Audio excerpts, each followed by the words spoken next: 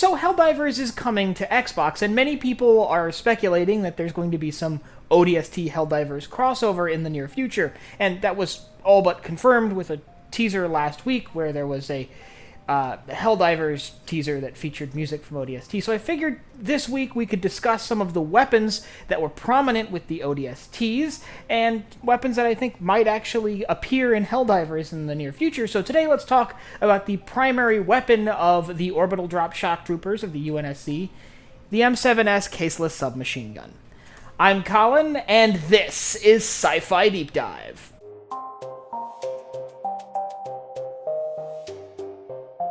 Remember, if you enjoyed this video, to head down below and hit that subscribe button. So, many of us have played ODST, and we are familiar with the M7S Caseless submachine gun. It's the Silenced SMG we see the ODSTs use as their primary weapon, and there's a lot of reasons why. So I figured today we could actually dive into the M7S and the sort of way it works and the role it filled in the UNSC military, but first we have to talk about the weapon itself. Designed and manufactured by Misria Armories in the UNSC before the outbreak of the war, the M7 was the primary standard issue submachine gun for UNSC forces, designed for close quarters combat and really designed around a compact profile that could be stored easily in things like vehicles, so it could be used by like tank crews and stuff to protect themselves if they needed to against some infiltration into their vehicle or if their vehicle is disabled. This is actually a pretty common occurrence in real life where small caliber, small size weapons are designed to be deployed with tank crews and vehicle units as opposed to frontline military service. That being said, the SMG found its way into many battlefields of the Human Covenant War, and one prominent use of it was the Silenced SMG utilized by the ODSTs, which I actually have a replica of one here that we'll use for a demonstration. So, at its core, and I'm going to try to get as much of it onto screen as possible, the weapon is just a standard M7, the M7 submachine gun being a collapsible stock, caseless, chambered submachine gun. However, the ODSTs made some serious modifications to it. Before we talk about those ODST modifications, let's talk a little bit more about the weapon itself. So it is, once again, light submachine gun, designed to be two-handed, although it can be wielded with a single hand, particularly by things like Spartans, which were more physically capable than your standard UNSC Marines. Interestingly, instead of having a regular cartridge like most other weapons, they fired a caseless ammunition where the shell itself, the projectile, was encased in a sort of polymer foam that is simply vaporized as the round is fired.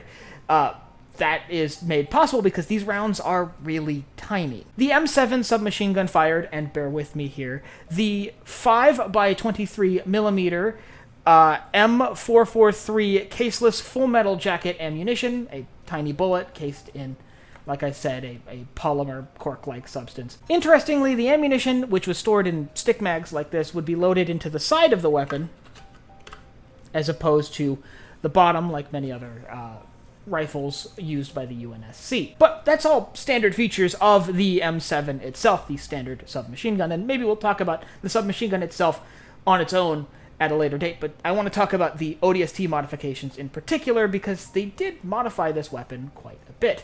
Namely, the elephant in the room is the silencer mounted to the front of the weapon. The ODSTs silenced this weapon for obvious reasons. They did a lot of covert operations, and it was easier to have a silenced weapon than a non-silenced weapon. It also, strangely, did seem to improve its accuracy at range just a slight bit. Not entirely certain how that works, but it does. But the silencer is not the only thing they added. They also added this flashlight to the underside of the silencer. It's actually not the underside, it's slightly offset to the side. That flashlight is primarily a flashlight, but also has built in a laser target designator. But the other thing they added was this up here. This is more or less a reflex sight for those of you who are familiar with modern weaponry, but it's got a lot more electronics built in. So while it can be used like a standard sight, it also has a smart link scope system built in that links directly to the heads-up display of the ODSTs, allowing them to basically scope in this weapon to a certain degree, making it fairly effective at a decent range, which is a pretty substantial improvement over the standard M7 that was issued throughout the rest of the UNSC military. So why pick a submachine gun like this over something like the MA5 assault rifles that were used by much of the rest of the UNSC? Well, it's kind of obvious. The ODSTs deploy in these tiny Soyuz pods that put them directly on the ground. And there's not a ton of room in those pods. Now, there are storage bays for larger weapons. Everything up to heavy caliber sniper rifles can be brought down in these pods, but the big distinction is most of those heavy weapons, even things like the MA5C assault rifle, are stored basically externally in panels that have to be removed once the pod is landed, meaning that as the trooper disembarks from the pod, they are essentially unarmed until they can open a hatch on the side of the pod and retrieve the larger weapon.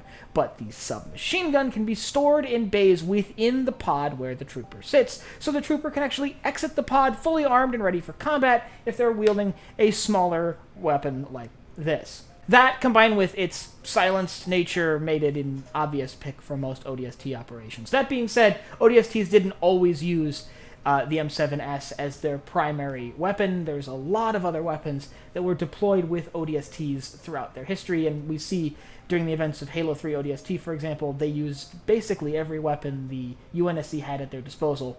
They just happened to favor this because, like I said, it could be stored in the same compartment in the pod as the trooper, allowing the trooper to exit the pod and enter directly into combat. But at the end of the day, it's just one piece of equipment utilized by the ODSTs during the Human Covenant War. One of the most crucial and unique pieces of equipment used by the ODSTs was not their weapons, but instead their deployment method, the Soyuz pod. If you'd like to learn more about the Soyuz pod and how the ODSTs actually got into combat, I'll leave a link up here to a video I have all about that. And I'd like you to let me know down in the comments whether you prefer the M7 as it appears in Halo 3 as just a plain submachine gun, or you prefer the silenced variant we see in ODST. Which do you think looks better? And if you've played both games, which do you think performed better? Which would you prefer to use? And if you have anything else you'd like to see me cover in Halo or anywhere else in science fiction, you can let me know down below in the comments. Last but not least, if you enjoyed this video, head down below, hit the like button, the subscribe button, and the bell icon so you get notified when I upload new videos. So for Sci-Fi Deep Dive, I'm Colin, and I will see you next time.